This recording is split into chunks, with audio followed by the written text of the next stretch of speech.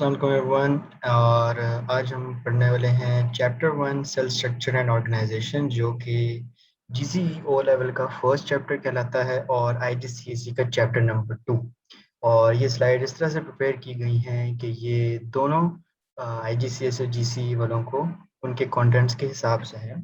So let's begin with the first chapter and these slides are prepared by me. So let's begin.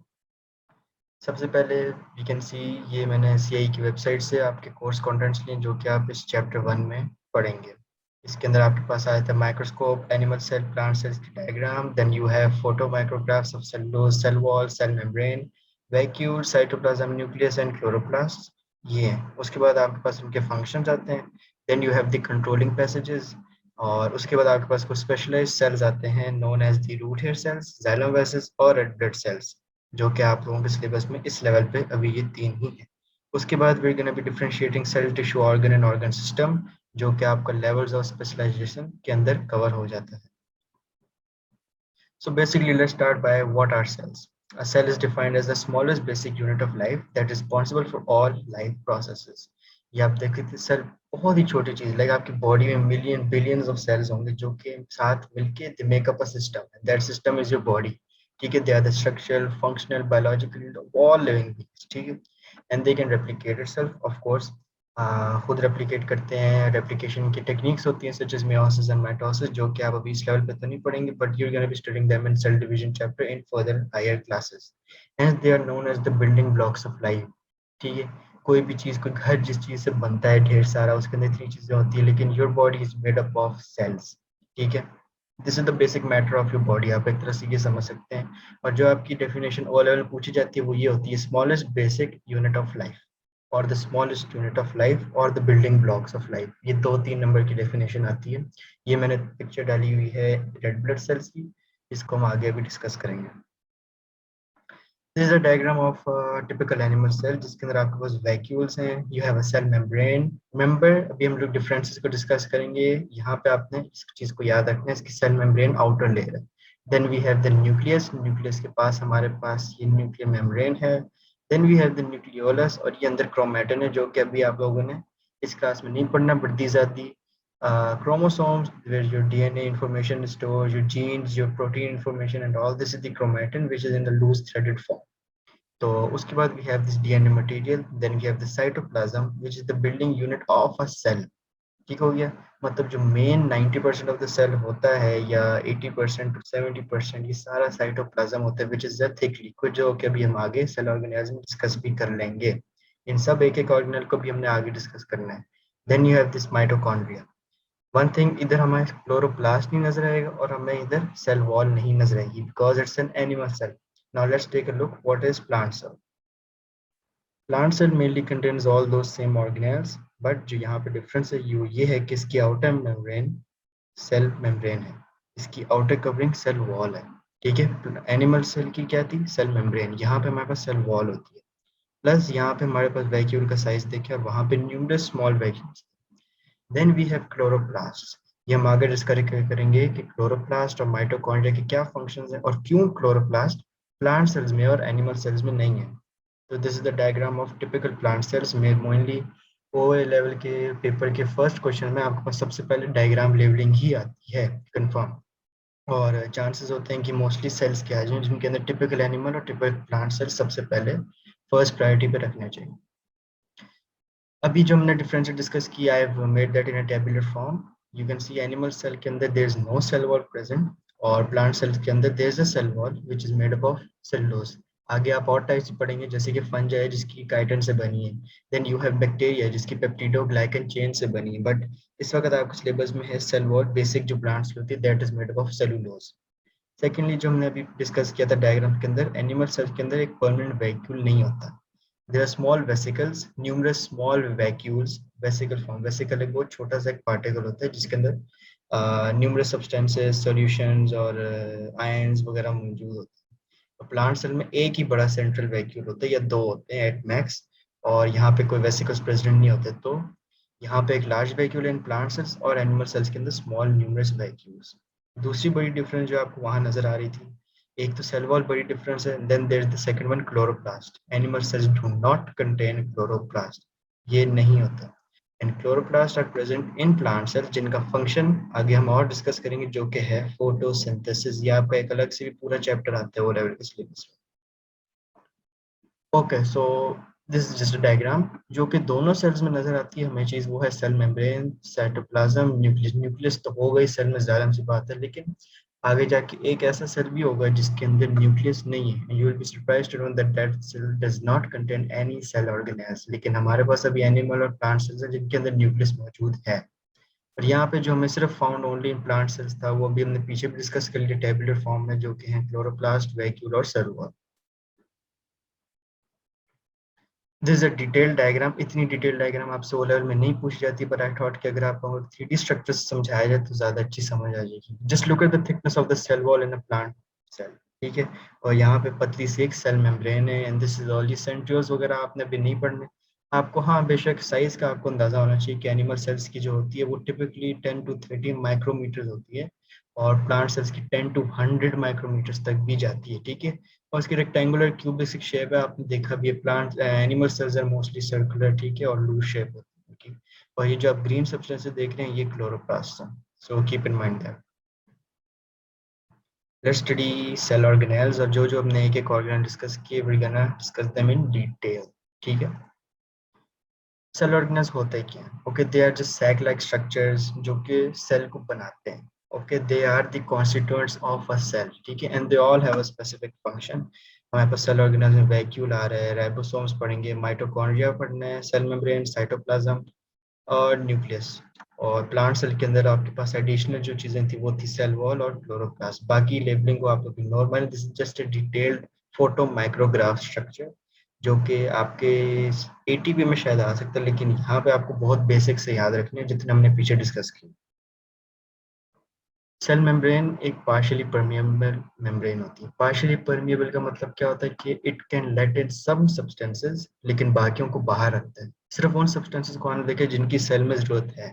जबकि अगर हम cell wall की बात करें तो वो फुली परमिएबल है। परमिएबिलिटी क्या होती है कि हर चीज को अंदर आने देना, ठीक है। लेकिन जब हम सेल मेम्ब्रेन की बात करते हैं, इट्स ओनली पार्शियली, मतलब हर चीज अंदर नहीं आ सकती। Only specific substances, specific solutions and specific ions are allowed inside the cell.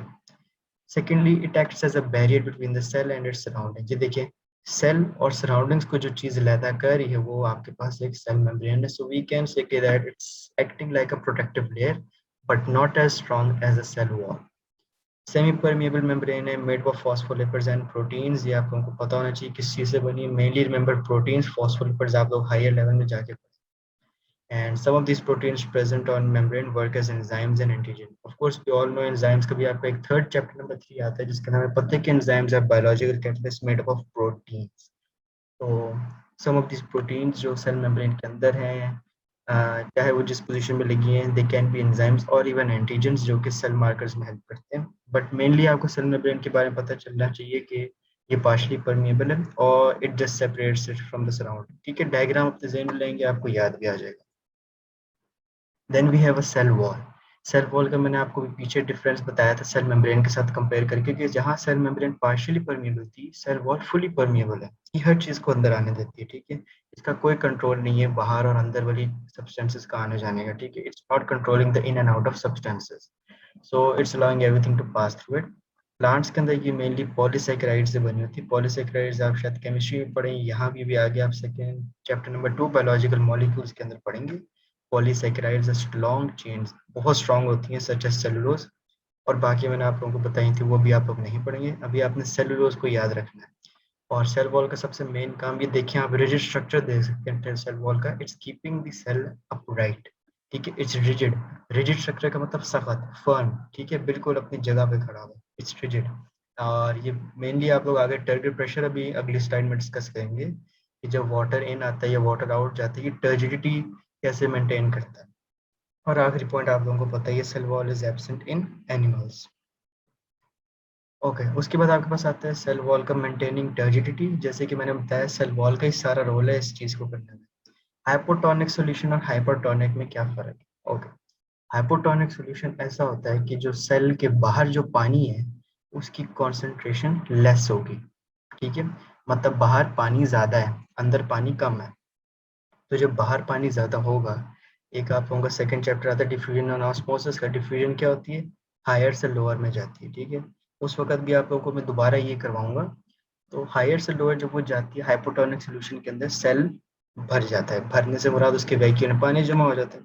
लेकिन सेल वॉल जो होती है, सेल वॉल उसको बचाती है। Cell wall maintains the pressure, इतनी रिजिड होती है।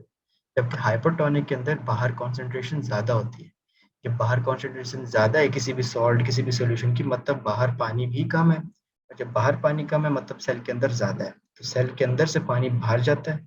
वैक्यूल आपको नज़र आ रहा है, इट्स श्रिंकिंग और द सेल लूजेस शेप। और ये बेसिकली ऑस्मोसिस होता है, जो कि आप चैप्टर नंबर 2 में पढ़ेंगे।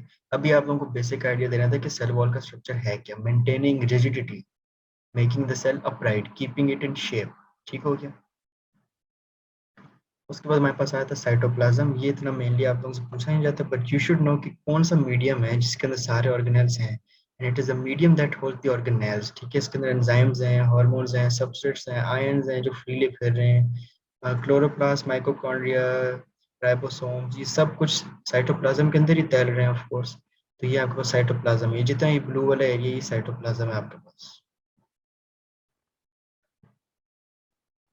Then we have ribosomes. Ribosomes की डिटेल आपके पास ए लेवल में आती है, but you should have a basic idea कि राइबोसोम बेसिकली है क्या। They are the site for protein synthesis. Synthesis से मुराद making, formation of proteins. Ribosomes के ऊपर मेनली फॉर्मेशन होती है। और ये भी फ्रीली इनसाइड द साइटोप्लाज्म। आपको बता दिया, साइटोप्लाज्म इज द मीडियम जहाँ पे सारे सेल ऑर्गेनेल्स प्रेजेंट होते हैं। और साइटोप्लाज्म के अंदर ये सारे तैर रहे होते हैं, जैसे कि राइबोसोम भी उनमें से एक है। और they are attach to endoplastic reticulum. और endoplastic reticulum specifically rough ER होता है। ईआर से मुराद एंडोप्लाज्मिक रेटिकुलम, ठीक है। और आर ई और एस सी आर की डिटेल भी आप लोग हायर लेवल में पढ़ेंगे, बट यू शुड नो कि राइबोसोम्स का काम क्या और ये कहाँ होते हैं। कहाँ होते हैं, साइटोप्लाज्म। काम क्या है, formation of proteins. Then we have vesicles. Vesicles mainly in the form of vacuoles भी होते हैं, जैसे कि एनिमल सेल्स में देखा था, देयर आर स्मॉल वैक्यूल्स।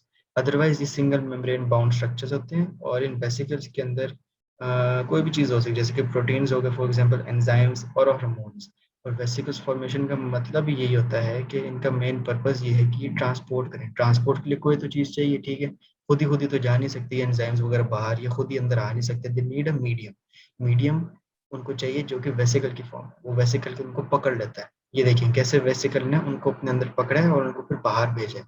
या ये देखिए कि वेसिकल अंदर आया है और उसने सारी सब्सटेंसेस को फिर छोड़ दिया और वापस बाद में खुद भी बाहर चले जाता है। So this is a transport vesicle, जो कि यहाँ से निकल रहा है टू सेल। ये गोल्जी apparatus की डायग्राम है, जो कि आपने अभी नहीं पढ़नी। But just to give you a basic idea, vesicles का काम क्या है, सिंगल मेम्ब्रेन बाउंड स्ट्रक्चर्स है, like a vacuole, small vacuole की फॉर्म है। और इनका काम मोस्टली क्या होता है, प्रोटीन, एंजाइम्स, हार्मोन्स की ट्रांसपोर्ट करना इन and out of the cell. उसके बाद हमारे पास आ जाते हैं क्लोरोप्लास्ट। क्लोरोप्लास्ट कहाँ पे थे, एनिमल सेल में नहीं, प्लांट सेल्स में, ठीक है। ये आपको दिखाया भी, chloroplast in a plant leaf. ये वही ग्रीन स्ट्रक्चर्स हैं जो कि हमें फोटो माइक्रोग्राफ या माइक्रोस्कोप के अंदर या लाइट माइक्रोस्कोप के अंदर बहुत क्लियरली नजर आ जाते हैं। जब आप रियल लाइफ लैब में भी देखेंगे अपने स्कूल कॉलेजेस में, तो आप लोगों को समझ आ जाएगी। तो इन क्लोरोप्लास्ट का काम हमने पढ़ा था, लाइट एनर्जी कैप्चर करता है एंड उनको स्टोर करता है और उनको कन्वर्ट करता है थ्रू फोटोसिंथेसिस। फोटोसिंथेसिस होगी तो उनको एनर्जी मिलेगी। Plant need food. फूड किस फॉर्म में होगा, हमारे पास कार्बोहाइड्रेट्स की फॉर्म में होगा। तो फोटोसिंथेसिस इस क्लोरोप्लास्ट का मेन काम है। अब जो ग्रीन कलर है, ग्रीन कलर इसको किसने दिए, वो एक सब्सटेंस होती है हमारे पास, पिगमेंट का नाम होता है क्लोरोफिल। क्लोरोफिल ही वो सब्सटेंस है जो कि लाइट को कैप्चर करती है। और यही वो सब्सटेंस है जो कि सेल, वो क्लोरोप्लास्ट को ग्रीन कलर देती है। Then we have mitochondria. ये भी बेसिकली ग्रीनिश से कलर के होते हैं, but not as green as chloroplast. इनकी खास बात ये कि डबल मेम्ब्रेन होती है इनके पास, and they are also called as the power house of the cell. आपके पास ये एमसीक्यू बहुत दफा रिपीटेड आ चुके हैं कि कौन सा organelle power house of the cell कहलाता है। आपके पास ऑप्शन होंगे, न्यूक्लियस, राइबोसोम्स, क्लोरोप्लास्ट या mitochondria. Answer is mitochondria. Power house क्यों कहते हैं, पावर हाउस क्या होता है, जो कि आपको इलेक्ट्रिसिटी प्रोवाइड करता है आपके घर में, ठीक है। फॉर एग्जाम्पल, तो power house of the cell एक तरह से ये की एनर्जी प्रोवाइड कर रहा है, ठीक है। सेल को काम करना है, सेल के अंदर रिएक्शंस होने हैं, उन सब कहीं से तो एनर्जी चाहिए ना। और वो एनर्जी कहाँ से आ रही है, पावर हाउस से। पावर हाउस कौन है, माइटोकॉन्ड्रिया। एक एग्जांपल हमारे पास ये वाला है, ग्लूकोज है प्लस ऑक्सीजन, वो बना के आ रही है कार्बन डाइऑक्साइड, वाटर, एनर्जी, ठीक है।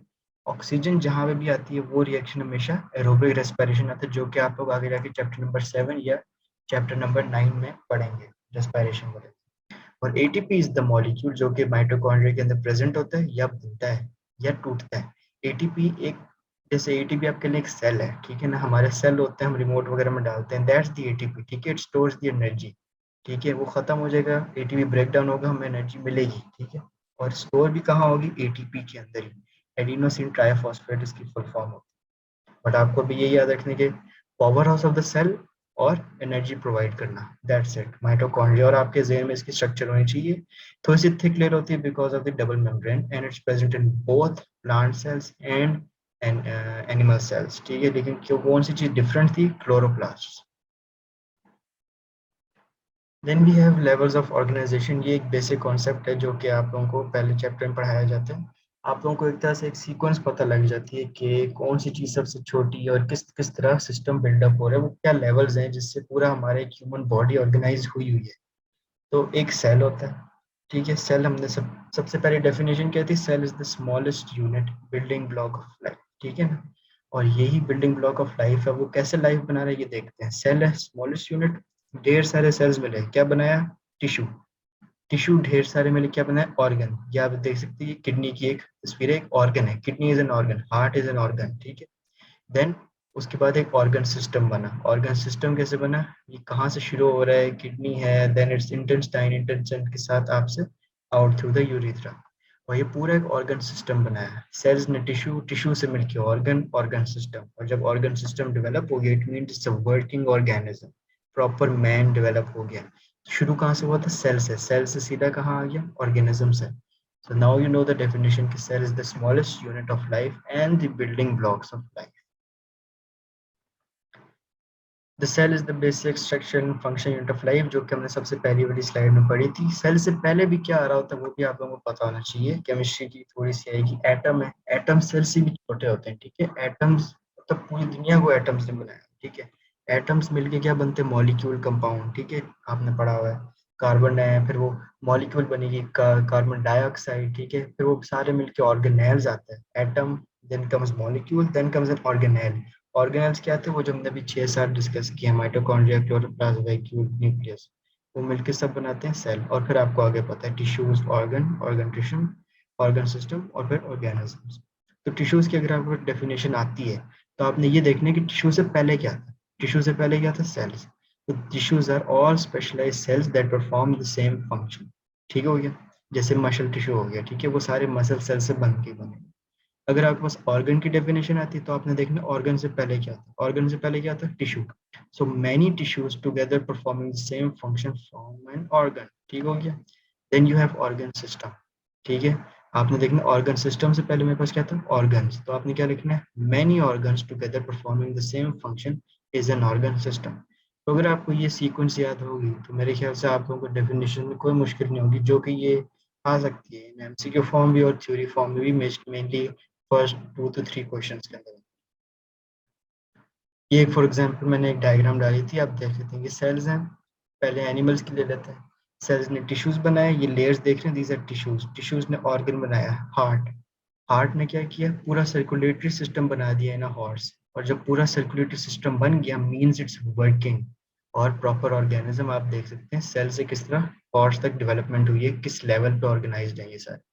Then you have a plant cells की एग्जांपल, ये प्लांट सेल तो आपको देख लिया होगा, सेल वॉल नजर आ रही है, it makes up a tissue. इसने एक टिश्यूज बना दिए, क्लस्टर ऑफ प्लांट सेल्स, ये सारे देखिए 1 2 3 4 5 6 7 प्लांट सेल्स ऐसे जुड़े हुए हैं और इन्होंने पूरा ऑर्गन बनाया है। ऑर्गन बनाया एक पत्ता है, it forms an organ system and finally an organism, जिसके देखिए अब रूट्स डेवलप हो गई हैं और ये अपने स्ट्रक्चर पे अब खुद खड़ा होगी, इट्स अ प्रॉपर ऑर्गेनिज्म। उसके बाद हमारे पास कुछ एडेप्टेशंस ऑफ स्पेशलाइज्ड सेल्स आ सकती हैं। आपके सिलेबस में ओ लेवल जीसीए के सिर्फ 3 स्पेशलाइज्ड सेल्स हैं, जिनके अंदर मेनली आपके पास रेड ब्लड सेल्स आते हैं, जाइलम वेसल्स और रूट हेयर सेल्स। तो हम सिर्फ 3 सेल्स को डिस्कस करेंगे जो कि आपके सिलेबस में हैं। सबसे पहले आपके पास आते हैं जनाब root hair cells. Root hair cells क्या होते हैं, इनकी डायग्राम पहले समझते हैं। ऑफ कोर्स प्लांट सेल है, रूट से क्या मतलब होता है, प्लांट सेल, तो प्लांट सेल के अंदर सेल वॉल तो होगी, सेल वॉल आ गई, सेल मेम्ब्रेन आ गया, ये बीच में जो एक ही बड़ा स्ट्रक्चर था हमने पढ़ा था पीछे, वो क्या है, vacuole. Then you have a nucleus. और क्या होता है, साइटोप्लाज्म होता है between the cell membrane and the vacuole. और ये जो एक्सटेंड कर रहा है ना, ये चीज, this is a root hair, these are the specialise structure, इसलिए इनको कहते हैं specialise cells. Normal plant cell तो यहाँ तक था, ये आगे जो एक्सटेंशन निकली हुई है जनाब, ये है root hair.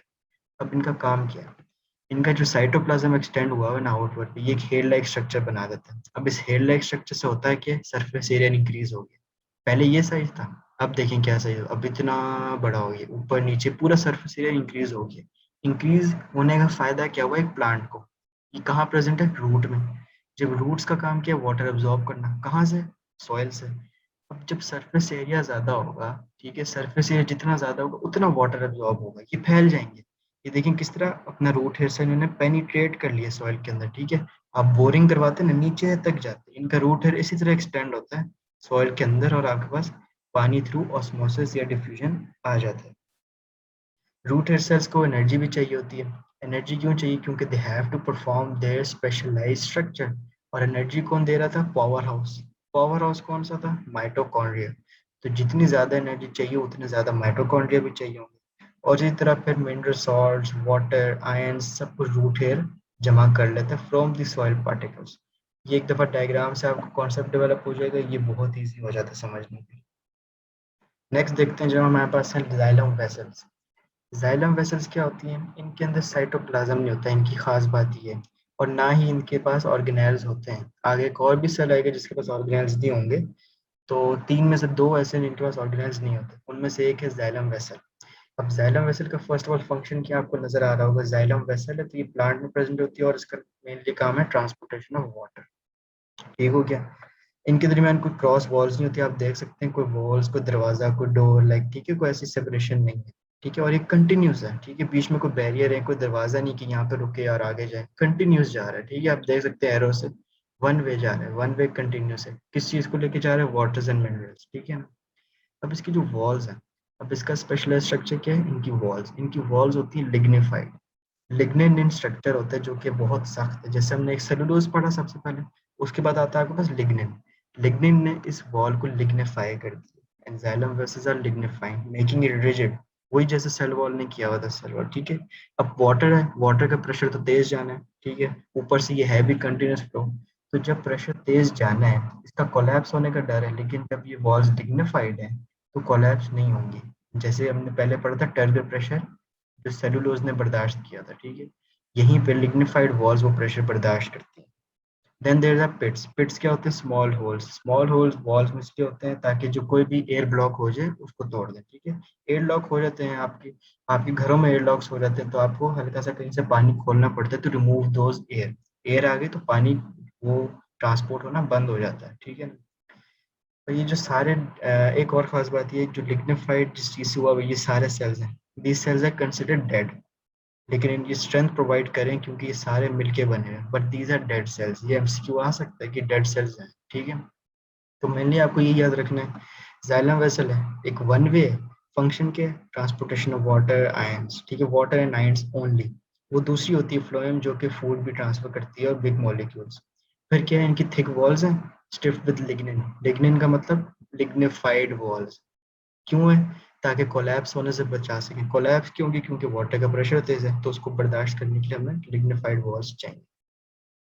Next we move on to red blood cell. Red blood cells तो कॉमनली सुना हुआ है कि हमारे ब्लड बनी तीन चीजों से है, ठीक है ना। हमारे ब्लड के अंदर क्या क्या है? प्लाज्मा है, प्लाज्मा के बाद red blood cell, then platelets, then white blood cells, ठीक है। तो रेड ब्लड सेल्स का जो प्रोपोर्शन होता है वो भी ज्यादा ही होता है, ऑफ कोर्स सबसे ज्यादा प्लाज्मा का।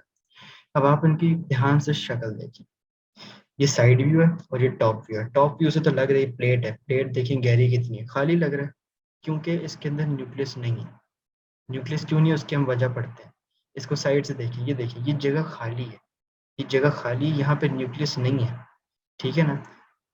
इन इस शेप को हम कहते हैं बायकनकेव। एक होती है आपके पास कॉन्वेक्स, ठीक है ना, कॉन्वेक्स जो कि बाहर की तरफ निकली होती है, एक कॉनकेव होती है, ठीक है, इंग्रेव जगह होती है कॉनकेव, जो कि चम्मच की तरह आपकी है जिस तरफ से आप खाते हैं, और चम्मच की जो बैक साइड होती है वो कॉन्वेक्स है।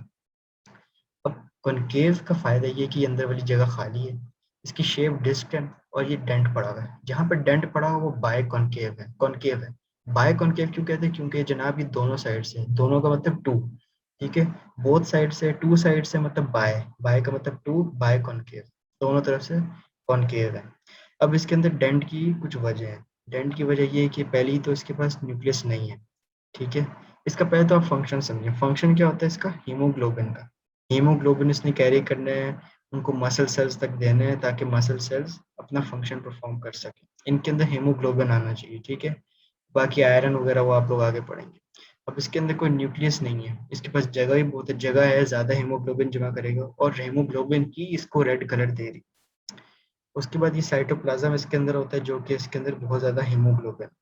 अब जो बात थी डेंट की, हुई डेंट इसलिए क्योंकि देखिए ब्लड ने कहाँ से गुजरना है? वेसल से। वेसिकल्स एक हमारे पास होती हैं, एक वेसल हमारे पास होती है कैपिलरीज। कैपिलरीज का साइज होता है 7 माइक्रोमीटर। 7 माइक्रोमीटर बहुत छोटी है, इसलिए हमें रेड ब्लड सेल का भी साइज 7 माइक्रोमीटर ही चाहिए। तो ये इतना स्क्वीज हुआ है दोनों तरफ से कि ये आराम से उन कैपिलरीज के अंदर चल जाता है, इसी लॉन्ग रूट से, ठीक है ना। इसी स्ट्रक्चर के अंदर अंदर वो कैपिलरी के अंदर चला जाता है। अगर इतना पतला सा हो गया तो आराम से वो कैपिलरीज के अंदर ब्लड के थ्रू ट्रांसफर भी हो सकता है, because shape gives a large surface to pass oxygen through. और non nucleus of more haemoglobin के फिट इन। आप डायग्राम जहन बनाएंगे, आपको फंक्शन सारा चक्कर ही डायग्राम्स का है। आप जहन बनाएंगे रेड ब्लड सेल कैसी थी, डेंट पड़ा हुआ है, बाइकनकेव थी, हाँ सही, मतलब उसके पास जगह बहुत है, ठीक है। Oxygen transport in the form of haemoglobin. Haemoglobin he bind करती है ऑक्सीजन के साथ। तो जितनी ज्यादा इसके पास स्पेस होगी उतनी ज्यादा ऑक्सीजन ये मसल्स तक पहुंचाएगा ताकि मसल्स फटीग कर सकें, अपना फंक्शन अदा कर सकें, ठीक है। तो जब इसके अंदर ऑर्गेनेल्स या न्यूक्लियस नहीं है तो इसके पास जगह बहुत होगी, प्लस इसको जगह खाली भी चाहिए थी ताकि वो आराम से गुजर सके। ज्यादा मोटा तो नहीं ना, ठीक है। तो आराम से कैपिलरीज के अंदर से भी गुजर जाता है। कुछ चीजें अब जो याद रखनी हुई है, डिस्क शेप गोल है ना, डिस्क है, सीडी। बाय कनकेव, कॉनकेव का मतलब आपको समझ आ गया, खाली, बीच में से डेंट पड़ा होना। क्यों? कैपिलरीज के अंदर से गुजरना है, फर्स्ट पॉइंट। और दूसरा क्या कि अपने अंदर ज्यादा से ज्यादा हीमोग्लोबिन स्टोर कर ले, दैट्स इट। और इसका फंक्शन क्या है? Transport of oxygen. ज्यादा सरफेस एरिया होगा तो ज्यादा ऑक्सीजन ट्रांसपोर्ट होगा। Thank you. And that be all. I hope seeing you next time, or we'll meet again soon with another video, another lecture. And keep watching. We're gonna be practicing some questions too soon. So till next time, Allah Hafiz.